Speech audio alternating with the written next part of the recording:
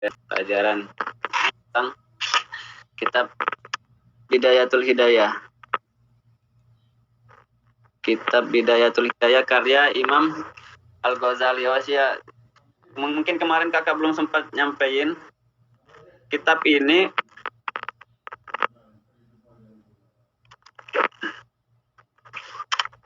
dikarang oleh Imam Al-Ghazali setelah kitab beliau, masterpiece beliau yang bernama Ihya Ulumuddin. Jadi beliau itu ngarang buku Ihya Ulumuddin yang paling terkenal itu. Setelah itu karena Ihya Ulumuddin itu berat, diringkas sama beliau di kitab Bidayatul Hidayah. Pokoknya Bidayatul Hidayah ini tentang semua adab-adab amal ibadah, yang intinya ibadah itu bukan cuma badan doang. Yang paling penting dari ibadah itu adalah dimulai dari hati. Kalau sholat cuma sholat doang itu sama dengan olahraga. Tapi kalau dilakukan dengan hati, makanya sholat itu bisa mencegah dari kemungkaran. Makanya banyak orang yang sering bilang, lo itu kok sholat tapi kok masih nggak benar. Nah, berarti sholatnya yang nggak benar orangnya. Bukan sholatnya yang nggak benar, tapi sholatnya orang itu yang nggak benar berarti. Karena apa? Karena nggak dimulai dari hati. Nah, makanya di sini Imam Al-Ghazali itu meringkas beberapa. Kemarin kita udah bahas tentang adab berpakaian, kemudian adab apa lagi kemarin. Kemarin kita udah bahas sebagian sedikit dari adab masuk WC, kemudian nanti adab wudhu. Nah, di sini kita akan bahas. Kalau boleh mau baca bareng, ada itu udah dikirim belum sama si Zia tadi di grup itu. Tapi kalau nggak jelas itu dilihat aja itu dilihat aja. Soalnya ini nanti ada beberapa doa-doa. Nah, doa itu nanti lihat aja. Yang penting kalau yang bisa ngedit pakai PDF dicatat ini doa ini gitu. Kalau yang nggak paham bahasa Arab, soalnya nanti kakak baca dikit langsung jelasin gitu ya. Itu yang bagus kitabnya cetakan Darul Minhaj yang Jeddah, itu bagus tuh. Cetakan yang muktamad, insyaallah. Kakak ambil dari internet. Kalau mau beli ada mungkin di Indonesia, cuman kakak nggak tahu. Tapi kalau di Arab banyak di Mesir. Lanjut ya. Kemarin kita bahas, tadi katanya perkenalan, masa nggak kenal kan? Udah teman tua nggak kenal sama kakak. Nama kakak Hafiz Abdul Hafiz Hasibuan. Umur berapa? Umur 19, tapi 7 tahun yang lalu, 19 tahun berarti udah 6 sekarang. Umur 26. Udah itu aja, dari Palembang. Udah gitu ya. Itu perkenalannya. Boleh dibuka itu, ada nama halaman 75. Bisa kalau mau dilihat dari itu halaman 75. Bab ada budukhul khala. Sebenarnya kakak kemarin pakai buku, tapi bukunya itu masih dikirim. Bukunya masih dikirim, belum nyampe rumah, jadi pakai yang dari internet aja. Halaman 75. Bab ada budukhul khala. Nah, yang penting setelah ini kita kan belajar nih adab-adab masuk WC, adab-adab wudu, adab-adab berpakaian. Yang penting ketika kita udah dapat ilmu, itu ilmunya harus kita amalkan. Kalau udah belajar ilmunya nggak diamalin, itu ibarat kita punya pisau tapi kita nggak bisa motong buah, nggak bisa gunain. Makanya kalau udah belajar, udah tahu, udah banyak pelajaran yang kita dapat itu digunain. Nah, ini kita masuk WC, adab budukhul khala, itu halaman 75. Qal musannif rahimahullah ta'ala wa nafa'anallahu bi ulumi masyayikhina fid darain amin. Bab adab budukhul khala. Bab adab masuk WC. Itu artinya. Kata musannifnya Imam Ghazali, fa idza qasatta baital ma liqada'il hajah faqaddim fit dukhul rijlakal yusra. Ketika kita mau masuk WC, itu dahulukan kaki apa? Kaki kiri. Nah, biasanya kalau masuknya itu kaki kiri, disunahkan masuknya kaki kiri. Disunahkan juga ketika keluar sebaliknya, berarti keluarnya kaki kanan, gitu biasanya. Masuk masjid, itu kan tadi WC, masuk WC kan kiri. Masuk masjid sebelah kanan duluannya disunahkan ketika masuk. Tapi ketika keluar itu disunahkan kiri dulu. Pokoknya intinya kebalikannya. Kalau awalnya disunahkan pakai kanan, berarti keluarnya disunahkan kiri gitu. Nah, kalau ini tadi masuk WC, kita disunahkan itu masuk kaki kiri. Oke. Keluarnya disunahkan pakai kaki kanan. Makanya kalau masuk WC itu langsung setelah ini udah tahu dari adab-adab yang diajarkan oleh Imam Ghazali. Dan ini sesuai dengan tuntunan Rasul ya. Jangan dibilang ntar ini mana dalilnya itu nggak jelas nanya-nanya dalil. Ini Imam Ghazali yang wali Allah sampai sekarang masih terkenal namanya. Udah pasti beliau ini wali Allah. Wali Allah itu pasti dijaga. Al-Auliya mahfuz itu dijaga, selalu dijaga dan diberi ilham oleh Allah, pasti sesuai dengan syariat yang diajarkan oleh Allah dan Rasulnya. Nah, adabnya yang beliau ajarin gimana ketika masuk WC itu kaki kiri dulu ketika masuk, wafil khuruj, dan ketika keluar itu kaki kanan. Oke. Masuk kaki kiri, keluar kaki kanan, gitu ya. Wala tastashhid syai'an alaihi ismullahi ta'ala wasmu rasulih wala tadkhul hasirar ra's. Nah, ketika masuk itu jangan ada kita membawa ada yang bacaan Allahnya. Masuk WC ya, kita masuk WC ada misalnya cincin kita tulisan Allah, lepasin dulu. Dalam riwayat juga dalam hadis, Rasul itu ketika mau masuk WC ngelepasin cincin. Kenapa ngelepasin cincin? Karena di cincin Rasulullah itu kan ada tulisan Muhammadur Rasulullah. Jadi beliau lepasin. Makanya ada kita kalau mau masuk WC jangan ada tulisan Allahnya. Jangan ada tulisan Allahnya.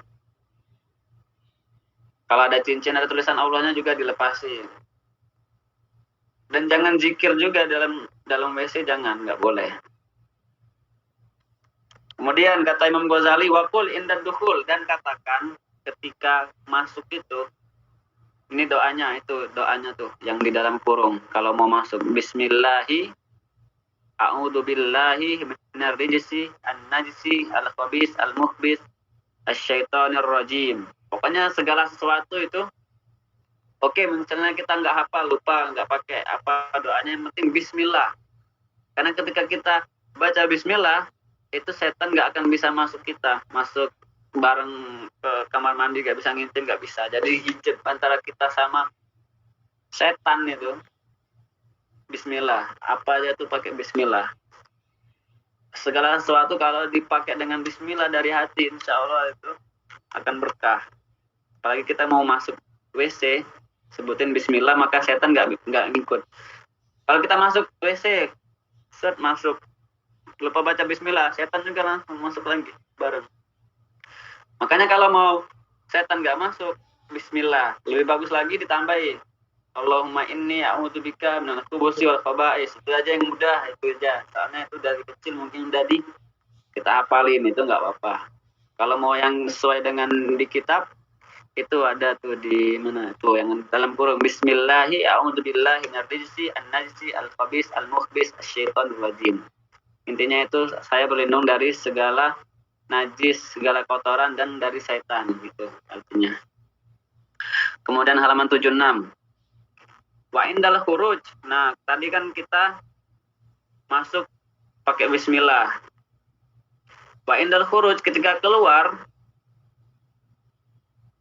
ini dicatat ya, kalau apalagi yang maksudnya dia belum bisa bahasa Arab atau ini, itu dicatat biar nggak lupa. Soalnya biar nggak lupa dicatat. Pokoknya semuanya MBS ketika kajian, karena kita ini belajar adab, ketika kajian pakai bajunya rapi, duduk, nggak ada yang rebahan, nggak ada yang telentang, apa telungkup, nggak ada ya. Siapin, kata moderator tadi, siapin buku tulisnya, semuanya siap buat belajar. Biar keberkahan ilmu kita nggak berkurang. Oke gitu ya. Wa indal khuruj ghufranak. Nah gitu, kalau itu kan enak kalau ada yang ada yang komen oke gitu kan, jadi enak. Berarti kan berarti dia dengar. Nah gitu kan, itu kan enak gitu loh. Nah oke, sepakat semua berarti. Nah gitu dong, kita kan kayak live Instagram itu. Oke, berarti itu semua. Tulis semuanya. Bagus, mantap memang MBS. MBS apa ininya? Yelnya MBS, Jaya, Jaya, Jaya, gitu nggak? Itu. Jangan kasih love juga, ntar baper materinya kalau dikasih love. Terus wa indal khuruj, ketika keluar itu gufronak. Ketika keluar itu baca ya. Gufronak alhamdulillahilladzi adhaba anni ma yu'dini wa abqa alayya ma yanfa'uni. Itu artinya. Apa sih kalau yang biasa kita pelajarin pas kecil tuh? Alhamdulillahilladzi adhaba anil adza wa afani gitu. Baca doa di sana. Nah, terus ada lagi wayang bagi dan dianjurkan atau diwajibkan bisa juga artinya. Wayang bagi antu indan nabla qabla qada'il hajah. Wa an la tastanjia bil ma'i fi maudhi'i qada'il hajah. Dan jangan. Nah, ini kalau mau ini yang zaman dulu sih, kalau sekarang insya Allah udah nggak ada lagi. Kalau zaman dulu kan dia pakai kayak kendi-kendi gitu. Kalau zaman sekarang kan udah ada keran, aman. Pokoknya kalau misalnya di tempat ada yang nggak ada kerannya, jangan wala tastanjiya bil ma'i fi maudhi'i qada'il hajah. Pokoknya di tempat yang bersih harus. Kalau mau istinja itu apa? Cebok. Wa antastabri'a minal bauli bitanahnuhi wan nasri. Nah, ini. Wa antastabri. Nah, kalau kencing ini fikih ya, ini fikih. Ini fikih tapi sekaligus adab. Ini sebenarnya bukunya lebih banyak bahas fikih juga. Fikih istinja, adabnya gimana. Nah, fikihnya wa antastabri minal baul. Nah, kalau setelah kencing, setelah buang air kecil itu tanahnuh wan nasr. Tanahnuh itu apa gimana? Tanahnuh itu kayak kan udah selesai kencing nih, udah selesai buang air kecil, itu di apa sih ininya? Pokoknya diharuskan jangan sampai ada sisa gitu. Gimana caranya? Pakai gini, pakai biasanya gitu. Pokoknya kalau udah selesai kencing nih, buang air kecil, ini fikih ya, bukan. Nah, ini hebatnya Islam itu semua apapun itu, dari semua yang kecil sampai yang besar itu diurus dalam Islam. Dari hal cebok, istinja, sampai politik itu semuanya ada dalam Islam. Dan nggak ada, cari aja di agama lain tuh nggak ada. Agama Kristen emang ada nyuruh kencing harus nggak ada. Nggak ada, di ini lain nggak ada, cuman Islam. Makanya Islam itu kafah. Ketika habis buang air kecil itu berdehem tuh kayak tadi, dan dibersihin habis itu tangannya setelah kencing gitu. Nah, wa in kunta, kata musonifnya setelahnya wa in kunta fisara. Nah, ketika di gurun, yang di gurun tuh di hutan atau di tempat yang bukan rumah kita lah. Wa in kunta fisara fabu'ud an ayunin nadirin. Ini maksudnya ketika kita di Sohro itu Sahara. Sohro itu atau Sahara kan. Sahara gurun. Nah, ketika kita di Sohro, di gurun atau di hutan, itu kalau mau buang air, fabu'ud an ayunin nadirin, harus jauh dari orang-orang, dari tempat orang. Itu. Kemudian wastatir bisyai'in wajatahu, harus ditutup, jangan dilihatin. Misalnya di gunung, contoh kalau ini kan di Indonesia nggak ada Sahara, nggak ada gurun. Di gunung misalnya ada yang lagi daki, misalnya MBS mendaki ke Merbabu bersama, kemudian ada yang mau buang air. Nah itu harus ditutup. Dengan apa aja yang ada di sana ditutup. Wala takshif auratak qoblal intiha ila maudi'il julus. Dan jangan membuka auratmu, maksudnya kita kan jangan buka aurat kecuali kita udah posisi apa? Posisi buat BAB, buat buang air gitu. Maksudnya gini, ketika kita mau buang air, itu jangan buka aurat kecuali emang kita udah di sana. Jangan, misalnya kita mau jalan nih buang air, kita udah buka dulu ininya, jangan. Tapi buka itu ketika udah pas di tempatnya gitu. Oke? Kemudian adabnya lagi, wala tastaqbil asyams walal qamar wala tastadbirhuma. Nah, ini adabnya juga. Ketika misalnya di gunung tadi, kita di hutan mau buang air, itu jangan ngadep ke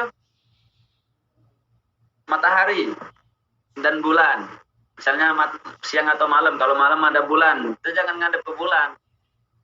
Dan jangan juga membelakangi bulan sama matahari, gitu ya. Itu kalau di tempatnya terbuka. Itu kalau tempatnya terbuka. Tapi kalau di WC, kalau posisinya di WC, misalnya WC-nya udah plug, udah permanen gini, ya nggak masalah itu. Yang penting kalau di luar, terus kita di gunung ngelihat ada matahari, jangan ngadep situ buang airnya. Wala tastakbil al-qiblah wala tastadbirha. Dan kalau buang air itu jangan ngadep kiblat dan jangan membelakangi kiblat. Itu adabnya. Ketika buang air jangan menghadap kiblat. Kita tahu kiblat ngadep sini, kita BAB arah situ, nggak boleh. Atau ada kiblatnya depan kita nih, terus kita buang airnya ngebelakang kiblat, nggak boleh juga. Itu adabnya. Kenapa? Karena itu ihtiram kepada kiblat Ka'bah. Tapi gimana Kak kalau misalnya WC dalam rumah kita udah ngadep ke situ? Ya udah, berarti memang udah ada bangunan, nggak apa-apa. Yang nggak boleh itu misalnya kita lagi di luar, lagi di hutan, lagi di gurun, di tengah padang pasir, terus sengaja ngadep kiblat buat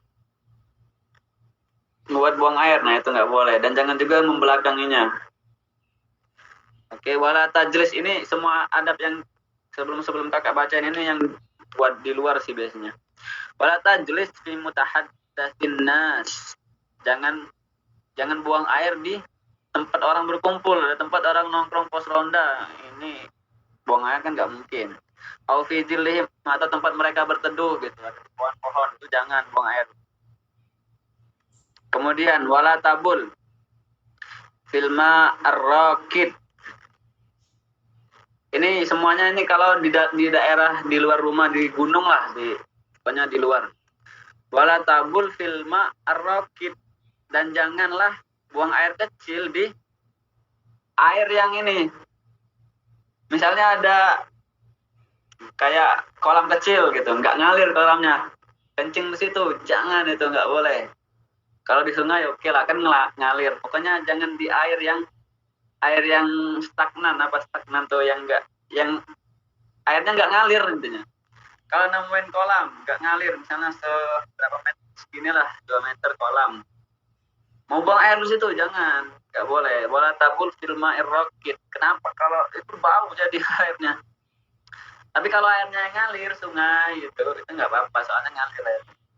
Oke, nggak boleh di air yang menetap. Air yang menetap itu nggak boleh buang air di situ, kecuali itu tadi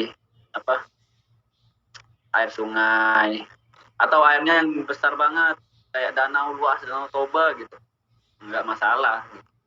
Tapi kalau airnya dikit, apalagi air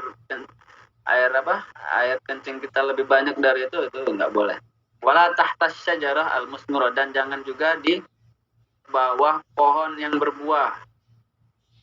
Wala fil juhur, itu nggak boleh. Tata syajarah al-musmirah, jadi pohon yang berbuah nggak boleh, nanti mati langsung buahnya, kena ini buang air di situ langsung mati. Kemudian ini keren sih, cuman di agama Islam ada kayak gini, sampai kayak gini aja diurusin. Wahdar al-ardastalbah pemaha berriyah ihtirazan minar rasyas. Nah, kalau mau buang air, khususnya buang air kecil ya ini, itu jangan di batu yang keras, soalnya kalau batu yang keras dia nyiprat. Kalau mau buang air tuh ada misalnya ada pasirnya gitu, biar nggak nyiprat gitu. Dan jangan juga di arah melawan arah angin. Mau arah anginnya ngarah sini terus buang airnya ke sana, ini nyiprat ke kita berarti. Oke, nah itu nggak boleh karena ntar takutnya ini nyiprat kemana-mana. Itu. Nah, kemudian lagi halaman 77. Setelahnya Wattaqi fi jurusika ala rijlil yusra. Nah, ini banyak yang nggak tahu. Ini buat cowok, buat cewek juga. Biasanya cowok bilangnya cowok apa? Kalau cowok ini ada cowok nggak sih di sini? Ada ya? Ada kayaknya satu orang. Kalau nggak ada yang pemateri ada. Wattaqi ada ya? Ada cowok. Nah, cowok ini buat cowok cewek. Wattaqi fi jurusika ala rijlil yusra. Jadi misalnya kencing itu buang air kecil, cowok cewek itu harus misalnya nih, ini posisi nggak mungkin kakak mau praktekin juga masa ini, tapi nggak apa-apa sebenarnya dipraktekin sih, banyak ulama yang praktekin. Jadi kalau posisinya jongkoknya itu ke, yang kirinya itu di bawah, yang kaki kiri itu bawah, ini jadi kayak gini posisinya. Oke, buat taki fi julusika ala rijli, jadi kaki kirinya yang di bawah, kaki ininya di atas. Nah, caranya tadi gini, ini buat ini, soalnya ada Rasul itu jalan di satu kubur, kemudian Rasul kan punya ini ya, pengetahuan beliau di alam gaib, beliau lewat, oh ini ada yang disiksa ini di dalam kubur ini. Loh, kenapa Rasul dia disiksa? Dia bukan disiksa karena dosa-dosa yang besar, tapi sepele dosanya. Apa itu? Dia ketika istinja, ketika cebok itu nggak bersih. Makanya biar bersih gimana? Dia nggak istinjanya nggak bersih kan. Terus langsung sholat, berarti masih bawa najis. Nah, biar nggak bawa najis, buang airnya yang benar gimana? Gini tadi, ininya sebelah kiri ini kiri ya, kiri, kaki kanan yang ke atas, berarti ya kita sebelah kiri di ininya, yang di bawah, jongkok gitu.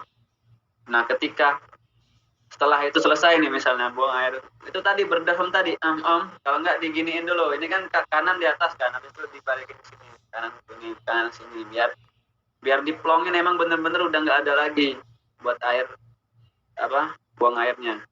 Gini diginiin posisi kakinya, habis itu berdehem. Kalau udah selesai, insya Allah udah nggak ada lagi, maksudnya air kencingnya udah habis gitu.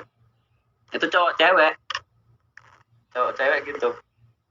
Wala tabul ko iman illa andaruro. Nah, kalau buat cowok jangan buang airnya berdiri kecuali daruroh. Daruroh itu emang udah urgent banget. Kalau urgent banget nggak apa-apa, karena di hadis juga Rasul pernah buang air berdiri, tapi itu ketika beliau safar. Ketika di safar, beliau pernah gitu. Tapi bagusnya ya itu biar bersih tadi, di jongkok tadi, cowok cewek. Nah, wajma fil istinja baina istimal hajar wal ma. Dan ketika istinja itu kalau zaman dulu itu pakai batu, karena air susah dulu kan. Tapi kalau sekarang kan sumber air sudah dekat, jadi semuanya pakai air dan lebih bersih juga pakai air gitu. Nah, kalau pakai batu gimana caranya? Wa in aratta al-iktisar 'alal hajar. Jadi zaman dulu itu memang air susah pasti di Arab, di Afrika gitu. Jadi salah satu ininya menyucikannya pakai apa? Batu. Jadi 3 batu, pokoknya dari semua sisi itu minimal 3 batu atau 3 kali 3 sisi bersihinnya. Sekarang kayaknya udah nggak ada, udah pakai. Atau tisu kan bisa juga pakai tisu kalau sekarang. Nah kalau tisu itu jangan, misalnya udah kita bersihin pakai tisu, jangan sekali tisu sana satu sisi tisu sini kita bersihin. Habis itu pakai yang ini lagi, jangan sekali bersihin pakai ini tisu nih misalnya. Tisu di sebelah sini kita bersihin. Habis itu usapan kedua di sini lagi, jangan, itu kan najis lagi, mindahin najis sudah. Caranya kita gini bersihin. Habis itu di sisi lainnya bersihin lagi, pokoknya jangan sampai najisnya kemana-mana. Pakai tisu, pakai batu. Tapi sekarang kan pakai ini pasti pakai air. Itu pakai 3 batu. Kemudian pakai 3 batu itu dia harus bersih. Jadi intinya berapa, minimal 3 kali. Tapi kalau nggak bersih 3 kali, ditambahin lagi 5 kali. Nggak bersih lagi 5 kali, 7 kali. Pokoknya sunnahnya itu witir, maksudnya ganjil. Innallaha witrun wa yuhibbul witra. Allah itu ganjil dan menyukai ganjil. Jadi kalau mau berapa kalinya itu ganjil. Tapi yang penting itu bukan ganjilnya. Ganjilnya itu sunnah, tapi yang paling penting itu bersihnya. Kalau udah bersih, udah. Jangan 3 kali nggak bersih, berarti 5 kali. 5 kali belum bersih, 7 kali. 7 kali nggak bersih, 9 kali, dan seterusnya. Nah, kalau nggak bersih 3, 5, atau sampai seterusnya. Wala tastanji illa bil yadil yusra. Dan janganlah istinja kecuali pakai tangan kiri. Kalau kidal gimana? Nggak tahu kalau kidal makannya tangan apa, nggak tahu. Pokoknya biar kita nggak cebok tangan kiri, nanti makan tangan kiri nyampur dong, berarti yang keluar sama masuk. Itu. Oke. Kemudian tadi udah adab-adabnya, buang air, masuk WC, dan adab-adabnya. Kemudian wakul indal faragh minal istinja. Nah, ketika itu kan udah dikasih tahu nih semua cara-caranya. Dikasih tahu juga doanya sama Imam Ghazali. Itu halaman 78. Coba di ini scroll 78. Wa kul indal faragh minal istinja Allahumma tahhir qalbi minan nifaq wa hassin farji minal fawahish. Ya Allah, artinya apa doanya tuh? Ya Allah, bersihkanlah hatiku dari kemunafikan. Nah, sekaligus doa juga kita biar nggak munafik bermuka 2. Padahal muka udah dikasih 1, mau muka 2, orang munafik. Allahumma tahhir qalbi minan nifaq. Ya Allah, sucikanlah hatiku dari kemunafikan. Wa hassin farji minal fawahish. Dan jagalah kemaluanku dari keburukan. Itu doanya. Habis itu wadluk bi yadaka ba'da tamamil istinja bil ardi aw bi haid atau magsilha. Kemudian ketika udah selesai istinja itu dibersihin tangannya. Tuh. Habis istinja cuci tangan. Kalau ada sabun. Itu tadi selesai. Alhamdulillah selesai adab masuk WC. Itu udah selesai waktunya, berarti udah 24.5 nih. Kita review sedikit aja. Pokoknya tadi ulangin ya. Ini soalnya tadi kata kakak, ada di zaman Nabi ngelihat orang itu disiksa dalam kubur karena istinjanya nggak benar. Dia istinja tapi bajunya itu bawa najis, sholat habis itu disiksa gara-gara istinja. Makanya harus benar-benar. Tapi jangan gara-gara itu takut tuh nggak jadi sholat lah, ntar disiksa gara-gara istinja. Enggak, ya benerin istinjanya berarti gitu. Kita ini secara cepat dari awal tadi. pertama itu masuk kaki kiri, keluar kaki kanan, oke? Kalau masuk WC, bukan ya itu. Masuk kaki kiri, keluar kaki kanan, kemudian kalau ada sesuatu, ada yang nama Allahnya itu jangan masuk WC. Ada cincin, ada nama Allahnya jangan masuk WC. Kemudian doanya Bismillah, a'udzubillahi minarrijsil najis al-khabisil mukhbis syaitanir rajim. Kalau enggak apa sih doanya? Allahumma inni a'udzubika min khubuthil khaba'is gitu. Kemudian ketika keluar, ghufranaka alhamdulillahilladzi anzaba anni ma yu'tini wa abqa alayya ma yanfa'uni. Kemudian ketika buang air kecil itu harus berdeham gitu. 3 kali sunahnya 3 kali. Kemudian ketika di gunung atau di gurun itu harus tertutup. Kemudian jangan buka aurat kecuali emang udah ketika buang air itu. Kemudian jangan menghadap atau membelakangi matahari dan bulan. Jangan menghadap atau membelakangi kiblat. Oke, jangan buang air melawan arah angin biar nggak nyiprat. Jangan buang air di batu di tempat yang keras gitu. Soalnya ntar nyiprat. Banyak. Kemudian apa lagi tadi? Ya, kalau jongkoknya tadi kiri yang di bawah. Kemudian kalau bagi cowok nggak boleh berdiri kecuali memang urgent. Nah, kemudian pakai batu boleh, pakai tisu boleh. Kalau pakai air lebih bagus. Kalau pakai batu itu 3 kali. 3 batunya atau 3 kali, 3 sisi yang berbeda. Itu. Dan kalau istinja itu pakai tangan kiri. Oke. Kemudian doanya itu Allahumma tahhir qalbi, ketika selesai istinja Allahumma tahhir qalbi minan nifaq wasin farji minal fawahish. Ya Allah, bersihkanlah hatiku dari kemunafikan dan jagalah, lindungilah kemaluanku dari keburukan. Alhamdulillah sudah selesai. Adab adab masuk WC. Nanti selanjutnya adab berwudu. Banyak adab-adab. Ini memang biasanya dikit sih ininya. Tapi kalau yang istinja ini emang agak panjang pembahasannya karena emang penting. Imam Ghazali pasti ngeliat ini penting. Makanya agak panjang. Yang lain itu pendek sih. Pendek-pendek. Mungkin 1 kali itu kita bisa bahas beberapa adab kayak kemarin gitu. Adab tayamum. Lagi besok itu adab apa besok? Wudu. Itu spoilernya besok adab wudu, insyaallah. Ini saja yang dapat kakak sampaikan, semoga berkah dan manfaat dan bisa insyaallah. Yang penting itu diamalkan supaya lebih berkah dan ilmunya lebih bermanfaat. Amin ya rabbal alamin. Mungkin ini saja yang dapat kakak sampaikan. Mohon maaf atas segala kekurangan. Dan pada Allah kakak mohon ampun. Wabillahi taufiq wal hidayah. Assalamualaikum warahmatullahi wabarakatuh. Waalaikumsalam warahmatullahi wabarakatuh.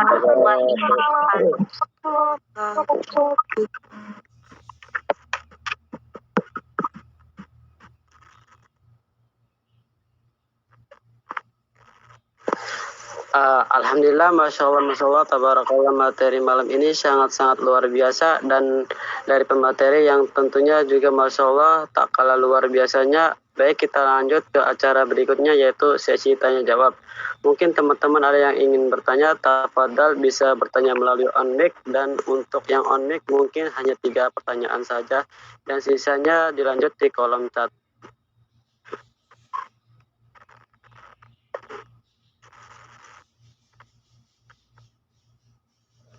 Silakan jika yang ingin bertanya.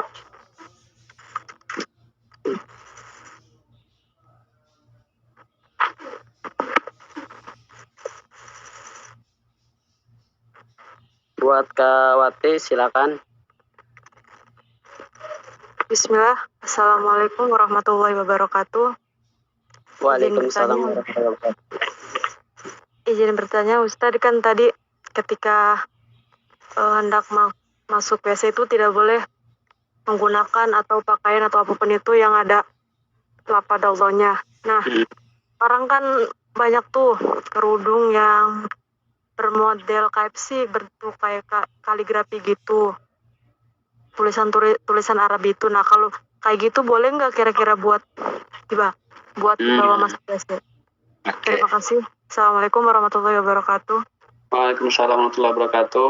Bagus sekali tuh pertanyaan dari Wati. Misalnya ada kerudungnya tulisan Arab, boleh nggak itu masuk ini? Ya tulisan Arab itu nggak semuanya Arab itu belum tentu Islam. Di Arab itu juga banyak orang non Islam banyak. Jadi intinya kalau ada tulisan Arabnya masuk ini yang nggak apa-apa, yang penting nggak ada tulisan Allahnya. Tuh yang di garis bawah itu tulisan Allah. Misalnya kaligrafi kayak bukan sentimen siapa ya, orang Indo tuh denger lagu ini Arab dikit qasidah gitu dibilang kan, lagu Nancy Ajram ya top gitu. Itu dikira qasidah, dinyanyiin lagi Nisa Sabian, padahal itu lagu ini kayak lagunya Via Valennya orang Arab lah mungkin, tapi ini jadiin qasidah itu beda. Nah kalau pertanyaannya jilbab tadi itu nggak apa-apa, kalau ada tulisan Arab nggak apa-apa, penting nggak ada tulisan Allahnya. Kecuali di Arabnya di jilbab itu tulisan asyhadu alla ilaha illallah wa asyhadu anna sayyidina Muhammadar Rasulullah. Dan lebih amannya lagi kalau ada tulisan Allah jangan dipakai jilbab. Misalnya kita mau keluar ada tulisan Allahnya jilbab itu kan terlibat soalnya kalau masuk WC kalau di luar, jangan dipakai itu suci soalnya. Apalagi kalau partai-partai pakai ada Allah dan Rasulnya itu jangan, karena politik kan kotor, masa dicampur ini Allah gitu sama Rasul. Jadi intinya nggak apa-apa kalau tulisan Arab, nggak apa-apa tapi nggak ada tulisan Allah yang penting. Karena Rasul aja beliau pakai cincin itu kan nggak pernah lepas tuh cincin beliau, tapi ketika beliau mau masuk WC dilepas sama beliau sama Rasul karena ada tulisan Muhammad Rasulullah, ada tulisan Allahnya, itu nggak boleh. Wallahu a'lam. Terima kasih pertanyaannya Wati. Syukran. Lebih bagus lagi jangan pakai jilbab yang ada tulisan Allah, biar kalau mau masuk WC itu nggak ribet. Benar.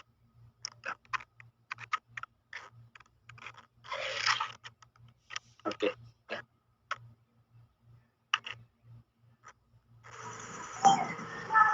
Ya, siapa lagi yang mau bertanya?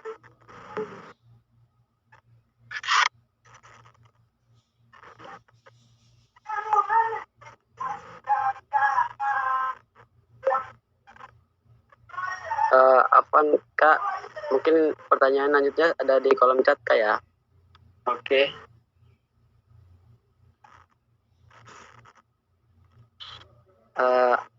Buat sesi Assalamualaikum Kak, Afan mau nanya, misal kalau ada seseorang baik perempuan maupun laki-laki yang mempunyai penyakit inkontinensia urinen atau kencing terus menerus tidak berhenti, bagaimana cara mereka sholat sedang keadaan tersebut? Syukron Kak. Oke, waalaikumsalam pertanyaannya. Ini yang ada apa sih? Nah, ini tuh namanya tuh beser ya. Itu ada caranya, ada yang mengatakan pakai dilapisin kapas, biar misalnya pokoknya dia harus sebelum sholat itu buang air dulu biar nggak ini misalnya bocor ketika sholat gitu kan. Nah ketika masih tetap bocor misalnya, caranya dilapisin kapas, insya Allah tetap bisa, tapi emang biasanya emang agak ribet. Semoga yang punya penyakit itu segera disembuhkan dan diangkat penyakitnya oleh Allah Subhanahu wa ta'ala. Amin ya rabbal alamin. Itu tadi caranya dilapisin kapas biar nggak keluar. Tapi kalau detailnya kakak kurang tahu ya, soalnya biasanya itu yang ustazah sih lebih paham. Mungkin lebih bagus tanya ke ustazahnya yang ahli fikih gitu. Biasanya kalau ini perempuan sih biasanya yang ini gitu. Syukran. Wallahu a'lam bishawab.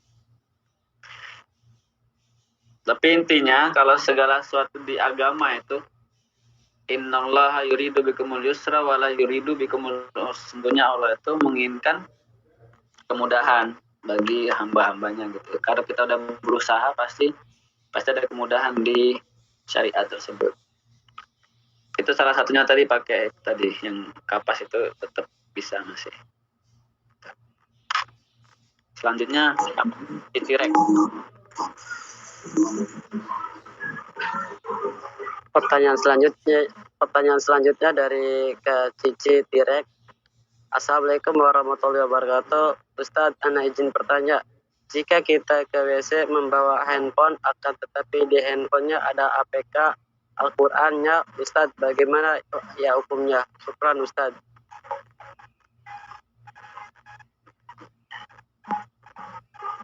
WC bawa handphonenya ada Aplikasi Al-Qur'annya. Al-Qur'annya. Ya, Ustadz. Apakah boleh masuk?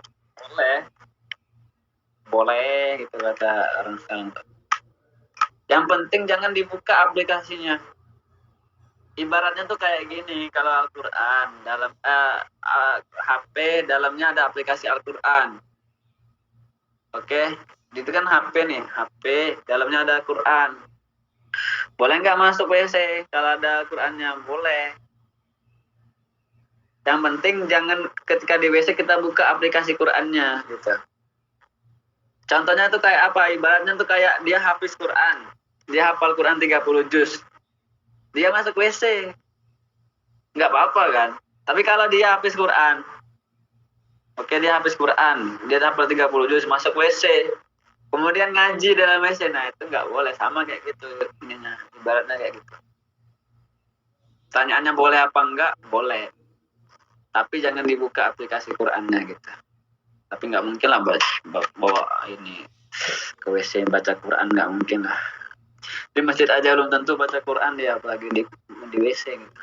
Ya, gitu. Kalau alam besar.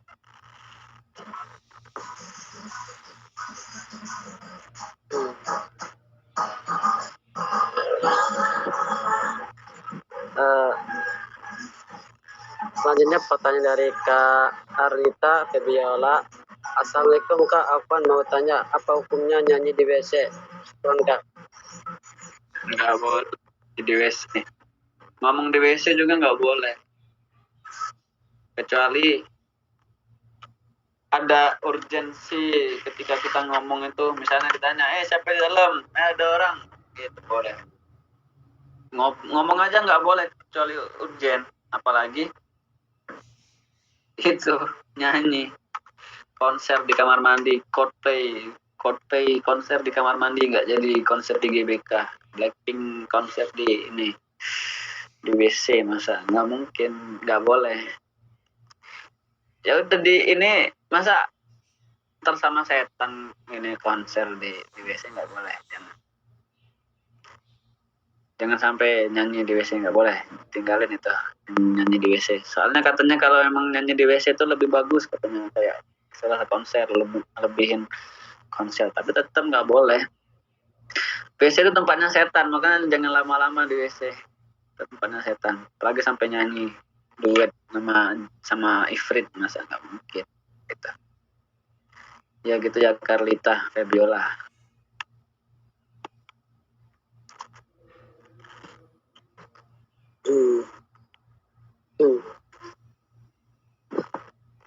Pertanyaan selanjutnya dari Kak Lailatul Fauzia. Assalamualaikum warahmatullahi wabarakatuh. Afwan Kak, izin bertanya, apakah ada jari-jari khusus yang harus digunakan ketika beristinja, dan jika pun ada, apakah makna dari jari yang digunakan? Waalaikumsalam. Jari khusus itu kakak kurang tahu, kalau ada ininya belum kakak temuin sih, kalau jari khususnya apa belum kakak temuin. Tapi yang pasti itu tangan kiri. Buat istinja itu tangan kiri. Dan kalau mau ditanya jari apa ya senyamannya. Kalau nyamannya pakai jari biasa apa yang di sini ya nggak apa, tapi jangan nyusahin ntar pakai jempol, susah pakai jempol. Pakai senyamannya aja, yang penting tangan kiri.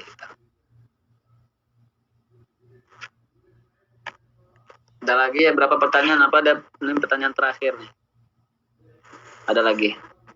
Ada lagi Kak. Oke. Selanjutnya pertanyaan dari Kak Caca. Assalamualaikum warahmatullahi wabarakatuh. Afwan Kak, izin bertanya, apa hukumnya sholat tutup mata? Syukron. Sholat tutup mata itu ada sahabat atau Rasul, agak lupa, ketika dia sholat itu ngelihat ada ular. Nah dari riwayat itu sahabat nih sholat ngelihat ada ular atau kalajengking ketika sholat, berarti ketika sholat itu buka mata. Sholat itu buka mata. Ada yang mengatakan ketika tutup mata ketika sholat itu makruh, apalagi yang ngantuan sholat tutup mata tidur. Sholat tuh yang penting kalau alasannya mau khusyuk tutup mata, itu kalau mau khusyuk udah lihat di tempat sujud aja, udah lihat tempat sujud itu kalau mau khusyuk. Tapi jangan nutup mata. Kalau mau khusyuk itu, kata Syekh kakak di Mesir itu, Syekh Umar Hashim namanya, beliau sepuh di ilmu hadis. Kalau mau khusyuk sholat ngadepnya kemana? Tempat kita sujud. Ngadep ke tempat sujud kalau mau khusyuk. Kalau alasannya tutup mata buat khusyuk, enggak, mau khusyuk itu lihat ke tempat sujud gitu biar khusyuk. Jadi lebih baik dibuka matanya ketika sholat, takutnya ngantuk atau tidur.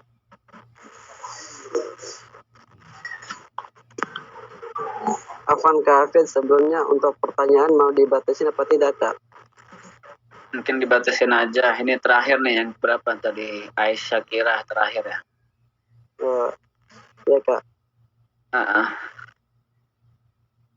Pertanyaan dari Aisyah Sakira. Assalamualaikum warahmatullahi wabarakatuh. Afwan Kak, izin bertanya, kalau di WC ada binatang, entah itu semut ataupun nyamuk, bolehkah kita matikan? Kalau yang mengganggu itu nggak apa-apa kita matiin. Ada beberapa hewan yang kita matiin nggak apa-apa. Nyamuk gigit kan, bunuh nggak apa-apa. Tapi kalau semut kan ada semut yang gigit, ada yang enggak. Ada yang semut api, itu harus kita bunuh, nyakitin berarti. Pokoknya segala sesuatu nyakitin. Tuh. Tapi kalau semut, nah apalagi di luar, misalnya kayak tadi kan di gurun atau di hutan, di lagi kaki gunung misalnya, ada semut jalan, seret gerombolan, mau buang air kecil, jangan dibuang di situ, ntar berenang semua, tenggelam. Jangan, nggak boleh. Kecuali yang boleh kita bunuh itu yang mengganggu, semut yang mengganggu. Kalau semut yang biasa ya nggak apa-apa. Kan ada juga tuh di Quran, ada rombongan semut lewat di depan rombongan Nabi Sulaiman. Kata semut, wih awas, ntar kita diinjek sama rombongan Nabi Sulaiman. Nabi Sulaiman akan lewat sama rombongannya. Kan gitu kan ngomong semut kan. Semut juga bisa ngomong. Di situ Nabi Sulaiman langsung ketawa, oh enggak aman. Dengar. Makhluk hidup itu bisa ngomong. Jadi intinya kalau hewan yang mengganggu itu wajib dibunuh. Ada ular, jadi bunuh ularnya. Gitu. Wallahu a'lam.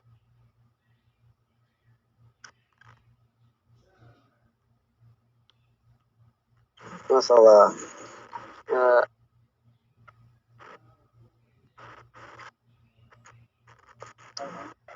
Alhamdulillah, Masya Allah, tabarakallah. Beberapa pertanyaan sudah terjawab semuanya, dan mari kita lanjut ke acara berikutnya. Baik, kita sudah sampai di penghujung acara. Alhamdulillahirabbil alamin.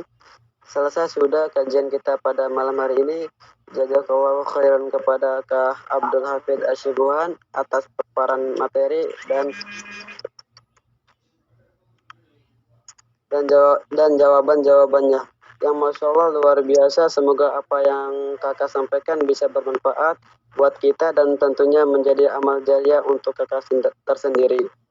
Amin ya rabbal alamin.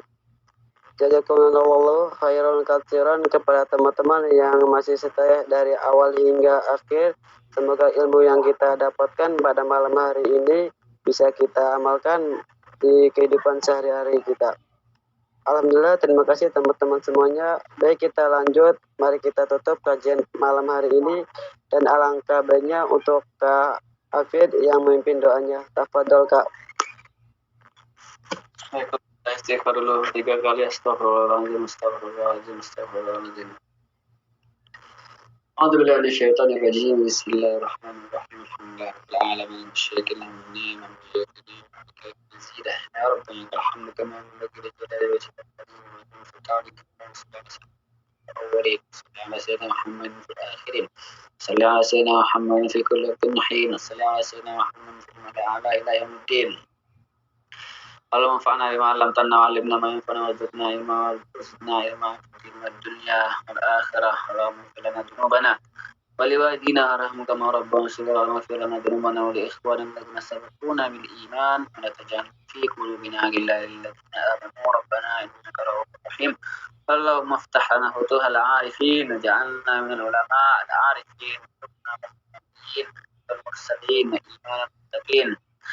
اللهم لا سهل إلا ما جعلته سهلا وأنت تجعل الصعب إذا شئت سهلا. ربنا وآتنا ما وعدتنا على رسلك ولا تخزنا يوم القيامة إنك لا تخلف الميعاد. ربنا آتنا في الدنيا حسنة وفي الآخرة حسنة وقنا عذاب النار. وصلى الله على سيدنا محمد النبي الأمي وعلى آله وصحبه وسلم. سبحان ربك رب العزة عما يصفون وسلام على